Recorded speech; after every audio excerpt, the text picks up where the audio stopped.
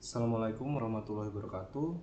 Perkenalkan, nama saya Ilham Triza Kurniawan, NIM A11 2022 14193. Ya, pada kesempatan kali ini saya akan menjelaskan mengenai Depth First Search atau DFS.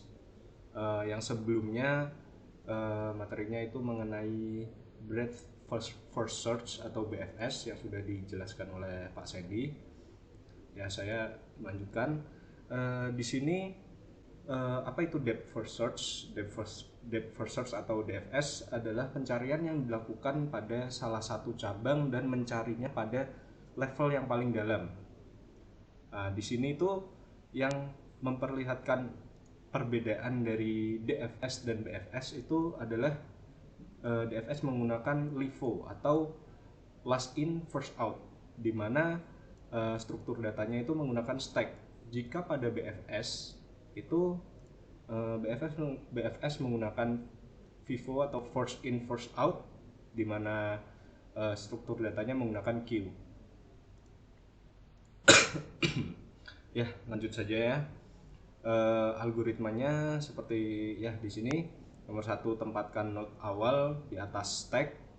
Lalu jika stack kosong, maka akan berhenti melakukan pencarian dan mengembalikan nilai gagal atau fail. Selanjutnya nomor 3, jika node merupakan tujuan atau goal, maka akan stop pencarian dan mengembalikan nilai sukses.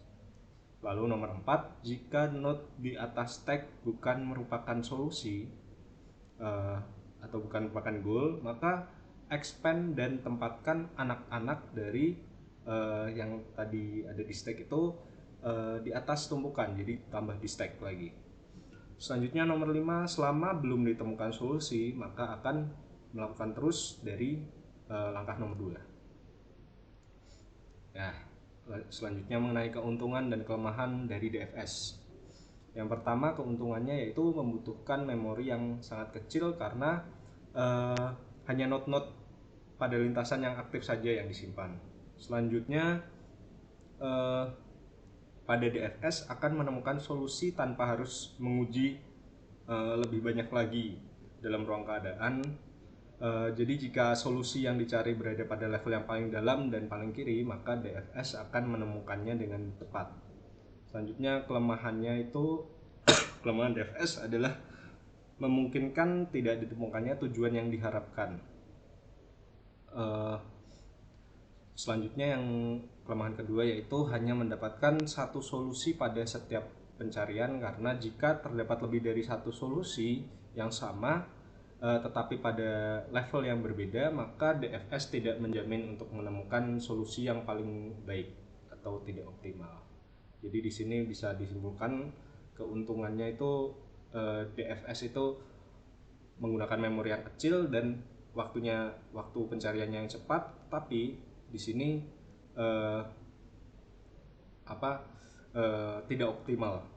Menggunakan DFS itu tujuan atau solusi yang dicari itu tidak optimal. Mungkin lanjut saja kita ke kasus ya, contohnya yaitu sama seperti yang BFS sebelumnya menggunakan peta ini, di mana tujuannya adalah dari Semarang atau di sini dilambangkan dengan node C, dengan tujuannya itu Surakarta atau di sini dilambangkan dengan node-nya L. Baik, kita langsung coba saja ya di sini. Jadi kita lihat sedikit dari algoritmanya.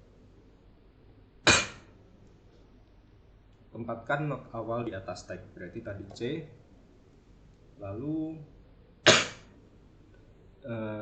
jika stack kosong, stop pencarian, dan jika tidak kosong akan lanjut ini. Nah, ini di sini C itu kita taruh di result dulu, C, atau ini adalah yang visited, node yang visited. Selanjutnya C, dicek apakah C itu merupakan tujuan atau bukan, dan bukan ya. Jadi kita lihat anak-anak dari C, kita masukkan ke stack, yaitu B, D, H, A, dan I. Mohon maaf, saya sedang batuk, jadi sedikit terganggu. Baik, kita lanjutkan saja. Nah, di sini perbedaan yang sangat mencolok dari BFS dan DFS. Jadi kalau di BFS itu kita mengeceknya secara urut ya, first in first out. Jadi setelah C kita masukkan ke result yaitu B, selanjutnya itu nanti dicek B-nya, lalu jika bukan langsung ke D, dan selanjutnya seperti itu. Nah, jika di DFS ini kita karena menggunakan stack atau LIFO, kita yang dimasukkan ke result adalah I, atau yang terakhir nih paling kanan, yaitu I. Lalu kita cek apakah I itu merupakan tujuannya atau bukan, dan jika bukan, kita masukkan anak dari I ke dalam stack, yaitu J dan K. J dan K. Selanjutnya di sini kan karena LIFO, kita ambil lagi yang paling kanan atau yang terakhir, yaitu K. Masuk ke K, lalu kita cek apakah K ini merupakan tujuan atau bukan, dan jika bukan, kita cek anaknya dari K itu apa saja. I sudah ada, dan L, kita masukkan L. Nah, di sini kita masukkan yang terakhir yaitu L. Jika dicek apakah L itu tujuan atau bukan. Ya, jika L ini merupakan tujuan, maka akan return sukses dan akan selesai. Jadi ini hasilnya, atau sebenarnya di dalam PPT-nya sudah ada ini, tapi kita karena mencoba apakah sudah paham atau belum, kita mencoba sendiri ya. Jadi seperti tadi ya, C, lalu karena C bukan tujuan, maka proses node paling belakang dan visited. C visited, terus masukkan cabangnya, anaknya yaitu B, H, D, I ya. Ini tadi B, D, H, I. Lalu ini I, karena I itu terakhir, masukkan ke visited ya. Ini resultnya, atau di kita itu result.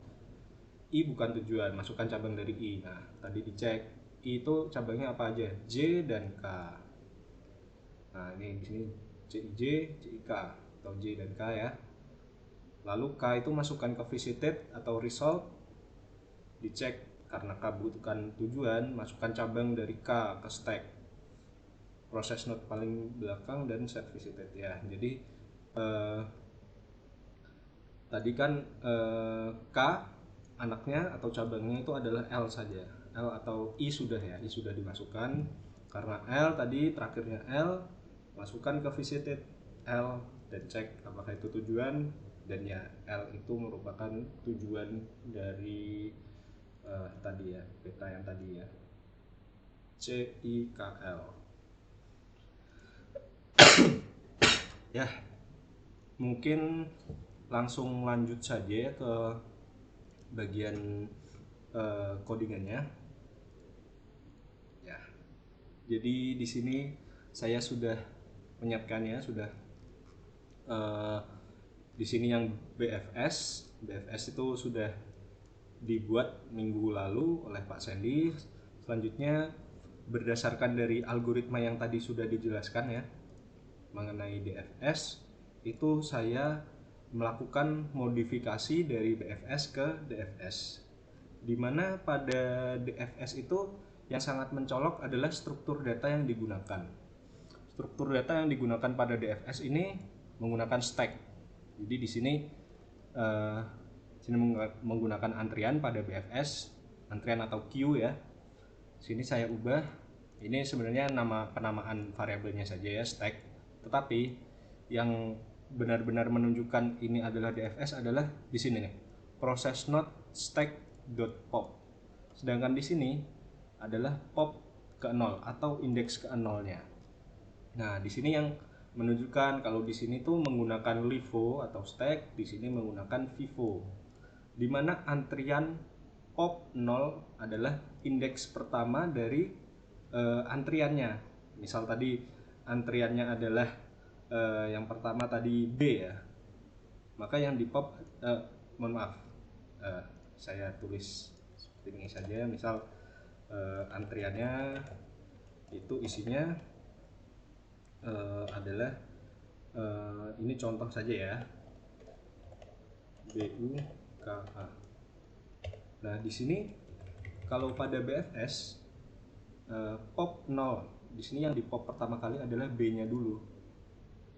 Sedangkan pada di DFS jika menggunakan pop ini saja, pop itu langsung merujuk pada indeks terakhir pada sebuah list ya atau array di sini stack ya, yaitu misal buka ini. Nah, yang di pop adalah A ini karena ini adalah elemen terakhir. Jadi hanya itu saja perbedaan dari codingan dari kedua algoritma BFS dan DFS. Hanya itu saja yang dimodifikasi. Selanjutnya ini juga sebenarnya saya sudah coba-coba tapi tujuannya beda ya. Ini A, ini juga A. Saya ingin membandingkan tadi.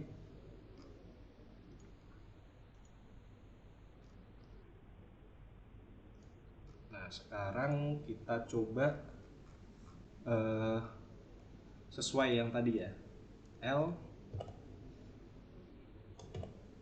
di DFS-nya juga menggunakan tujuannya L.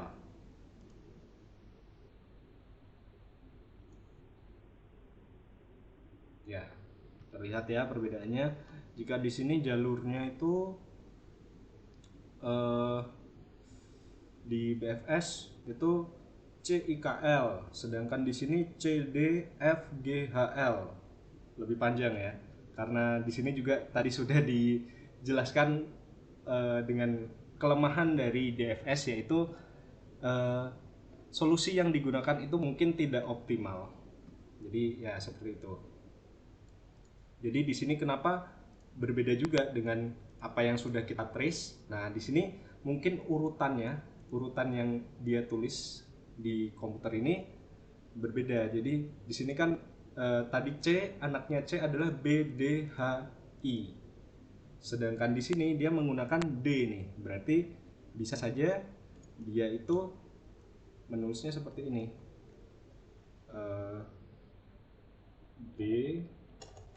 B H I D. Nah, di sini karena yang terakhir adalah D, maka dia menggunakan D. Karena di stack tadi yang di pop adalah yang terakhir D. Jadi D dulu. Terus tadi D anaknya apa saja? D itu ada F, G, H. FGH. Ya, jadi kenapa dia selanjutnya menggunakan F? Jadi dia kemungkinan menulisnya seperti ini. G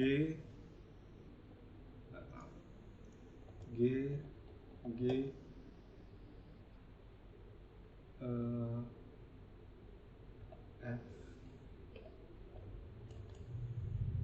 A.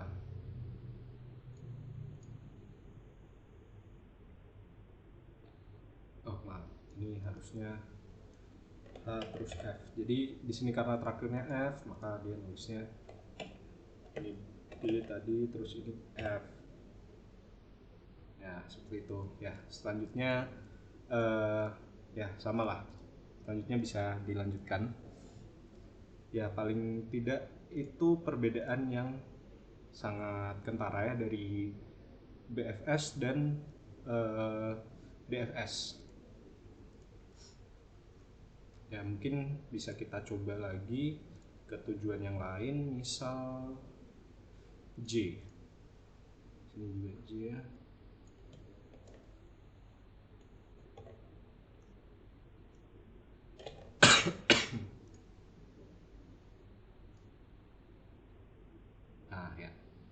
Di sini terlihat ya, yang tujuannya J dia pasti optimal nih menggunakan BFS, sedangkan di sini nih panjang C D F G H L K I J, meskipun panjang juga atau tidak optimal tetapi sampai ke tujuan ya. Mungkin sampai situ saja penjelasan dan beberapa penjabaran saya mengenai codingan DFS saya. Mohon maaf jika banyak kesalahan atau beberapa hal yang kurang bisa dipahami. Ya, saya ucapkan terima kasih. Wassalamualaikum warahmatullahi wabarakatuh.